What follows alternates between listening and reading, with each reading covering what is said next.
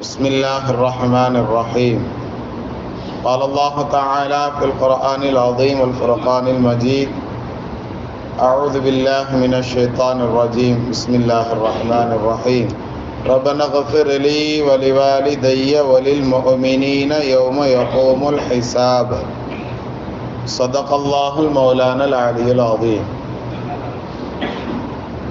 இந்த ஆயத்தில் நபி இப்ராஹிம் நபி அலைஹிஸ்ஸலாம் அவர்கள் செய்த துஆ அப்படின்னு அல்லாஹ் தாலா சொன்ன செய்தியை நேற்றைய தினத்தில் நாம் பார்த்தோம்.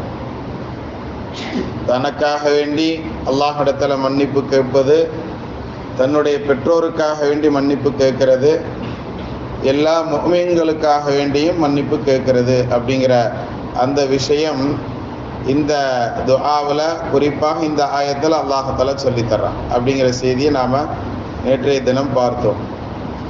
இதே மாதிரி இன்னும் பல இடங்களில் குர்ஆன் ஷரீஃபில் அல்லாஹ் சொல்லும் பொழுது வஸ்தக்ஃபிர் லிதம்பிக வலில் முஃமினீன வல் முஃமினாத் அப்படின்னு அல்லாஹ் சொல்லுவான். உனக்காக வேண்டி அல்லாஹ்ட்ட மன்னிப்பு கேளு, பிற முஃமின்களுக்காக வேண்டி, ஆண் முஃமின்களுக்கும் சரி பெண் முஃமின்களுக்கும் சரி நீ என்ன செய், அவங்களுக்காக வேண்டி நீ என்ன செய், இஸ்திக்ஃபார் செய் அப்படின்னு அல்லாஹ் சொல்லி தருவான். அல்லாஹ்ட்ட மன்னிப்பு கேளு அப்படின்னு சொல்லுவான். அதே மாதிரி ஒரு முஃமின் இறந்து விட்டார் அப்படின்னு சொன்னால் அவருக்காக வேண்டி செய்ய வேண்டிய கடமைகள் அப்படின்னு முக்கியமான கடமை அப்படின்னு சொல்றதுல அவருடைய ஜனாசாவை தூக்கிட்டு போய் அவருக்காக வேண்டின்னு சொல்லி தொழுக வைக்கிறது அப்படிங்கிற ஒரு கடமையை நபி ஸல்லல்லாஹு அலைஹி வஸல்லம் நமக்கு என்ன செய்வாங்க, சொல்லி தருவாங்க. அப்படி அந்த தொழுகை நடத்துதல் அப்படிங்கிறதுல குறிப்பாக நாம் ஓத வேண்டிய விஷயத்தை பற்றி நபி ஸல்லல்லாஹு அலைஹி வஸல்லம் சொல்லும் பொழுது அல்லாஹும்ம க்ஃபிர் லி ஹய்யினா வ மையித்தினா அப்படின்னு துஆ செய்வாங்க. இறைவா என்னையும் மன்னிச்சிரு. அப்படி மன்னிப்பெல்லாம் கேட்டுக்கிட்டே வரும் பொழுது அல்லாஹும்ம க்ஃபிர் லி ஹய்யினா, எங்களில் உயிரோடு இருப்பவருக்கும் நீ என்ன செய், மன்னிப்பைத்தா.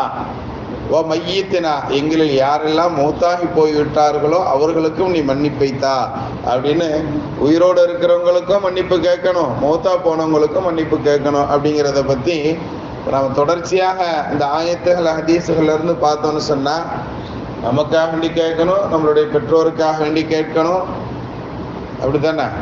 அதே மாதிரி முஃமினான ஆண்கள் பெண்களுக்காக வேண்டி கேட்கணும், அதே மாதிரி உயிரோடு இருக்கிறவங்களுக்கும் கேட்கணும், மௌத்தா போனவங்களுக்கும் கேட்கணும் அப்படிங்கிற இந்த விஷயங்கள் எல்லாம் ஹதீஸுகளிலும் குர்ஆன் ஷரீஃபினுடைய வசனங்களிலிருந்தும் எடுத்து நமக்கு இப்படி ஒரு விஷயத்தை நமக்கு சொல்லி தருவாங்க. எப்படி சொல்லி தருவாங்க அப்படின்னு சொன்னால், நாம் எல்லாம் இன்றைக்கும் நாம் என்ன செய்கிறோம், தொழுகையில் அத்தஹியாத்துக்கு பின்னாடி ஓதக்கூடிய துஆல இப்படி நாம் என்ன செய்வோம், துஆ ஓதுவோம். அல்லாஹும்ம க்ஃபிர் லீ, இறைவா என்னை மன்னிச்சிரு. அத்தஹியாத் ஓதுறோமா, அதுக்கடுத்து தரூது ஷரீஃப் ஓதுவோம், நபி ஸல்லல்லாஹு அலைஹி வஸல்லம் மேலே துஆ ஓதுவோம். அதுக்கடுத்து நாங்களாம் மக்தப் ஓதும் போது இந்த துஆ தான் எங்களுக்கு என்ன செய்வாங்க, சொல்லி தந்திருக்கிறாங்க. இதில் குர்ஆனுடைய எல்லா ஆயத்துக்களும் வரும். இப்போ நம்ம முன்னாடி சொன்ன அந்த 2 வசனங்களும் வரும்.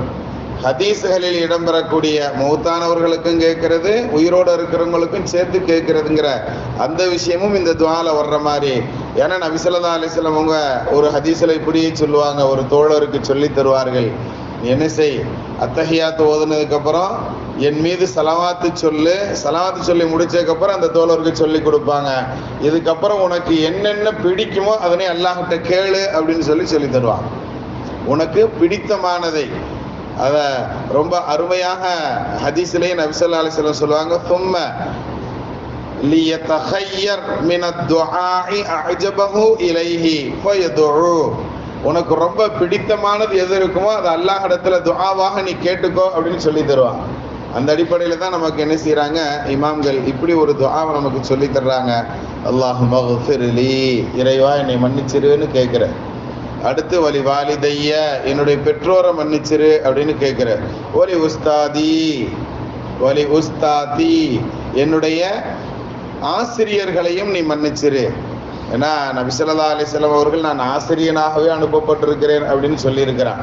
அந்த அடிப்படையில் நமக்கு யாரெல்லாம் ஒரு எழுத்து கற்றுக் கொடுத்துருக்கிறாங்களோ அவங்களுக்கும் நம்ம துஆ செய்ய கடமைப்பட்டிருக்கோங்கிற அடிப்படையில் என்னுடைய உஸ்தாத்மார்களையும் மன்னிச்சிரு. அடுத்து வலி ஜமீஇல் முஃமினீன வல் முஃமினாத், முஃமினான ஆண்கள் பெண்கள் அனைவரையும் மன்னிச்சிரு. வல் முஸ்லிமீன வல் முஸ்லிமாத், முஸ்லிமான ஆண்கள் பெண்களையும் நீ மன்னிச்சிரு. முஃமின் வேற முஸ்லிம் வேறையான்னு கேட்காதீங்க, ரெண்டும் ஒன்று தான். முஃமின்கிறவன் ஈமானோடு நம்பிக்கையோடு இருப்பவன், முஸ்லிம்கிறவன் அதை நடைமுறைப்படுத்தக்கூடியவன். அதனால ரெண்டையுமே நம்ம தனித்தனியாக தான் பார்க்கணும். புரியுதுங்களா? விளங்குறதுக்காண்டி ஷார்ட்டா சொல்றேன். அல் அஹ்யாயி மின்ஹும் வல் அம்வாத், முஃமினான முஸ்லிமான ஆண் பெண்ணுன்னு கேட்டுட்டோம்ல. அடுத்து எப்படி சொல்லி தர்றாங்க? அவர்களில் உயிரோடு இருப்பவர்களையும் மன்னித்து விடு, மௌத்தா போனவர்களையும் மன்னித்து விடு. இன்னக முஜீபுத் தஅவாத், நீதான் துஆக்களை எல்லாம் ஏற்கக்கூடியவனாக இருக்கிறாய். பிரஹமத்திக யா அர்ஹமர் ராஹிமீன், இரக்கம் காட்டுபவர்களுக்கெல்லாம் இரக்கம் காட்டுபவனே, உன்னுடைய தனிப்பெரும் இரக்கத்தை கொண்டு எனக்கு நீ மன்னிப்பு கொடுத்துரு அப்படின்னு கேட்கிற இவ்வளோ பெரிய துஆவை நாம் என்ன செய்கிறோம்? அத்தஹியாத்துல ஓதுறோம். கண்ணியத்திற்குரியவர்களை, இதை நம்ம பொருளை உணர்ந்து இன்ஷா அல்லாஹ் ஓதலாமா? நம்ம கேட்கக்கூடிய ஒவ்வொரு துஆவும் ரொம்ப இம்பார்ட்டண்டான துஆ. அது கேட்கக்கூடிய இடம் ரொம்ப முக்கியமான இடம். தொழுகைக்குள்ள அத்தஹியாத்து ஓதுனதுக்கு அப்புறம் அதுலேயும் நபியின் மீது சலவாத்து சொல்லாம எந்த துஆவும் ஏற்கப்படாதுங்கிறனால சலவாத்துக்கு பின்னாடி இந்த துஆவை நமக்கு இமாம்கள் சொல்லி தர்றாங்கன்னா ரொம்ப ஏற்றமான துஆ. இது சாதாரணமான விஷயமும் கிடையாது. ஹதீஸ்களிலிருந்தும் நமக்கு குர்ஆன் ஷரீஃபினுடைய வசனங்களிலிருந்தும் கோர்த்து தரக்கூடிய துஆக்கள். அல்லாஹ் தஆலா உணர்ந்து அமல் செய்யக்கூடிய நற்பாக்கியவான்களை நம்மை கபூல் செய்வானாக. பிஹக்கி சய்யிதினா வ ஆலி சய்யிதினா முஹம்மதின் ஸல்லல்லாஹு அலைஹி வஸல்லம்.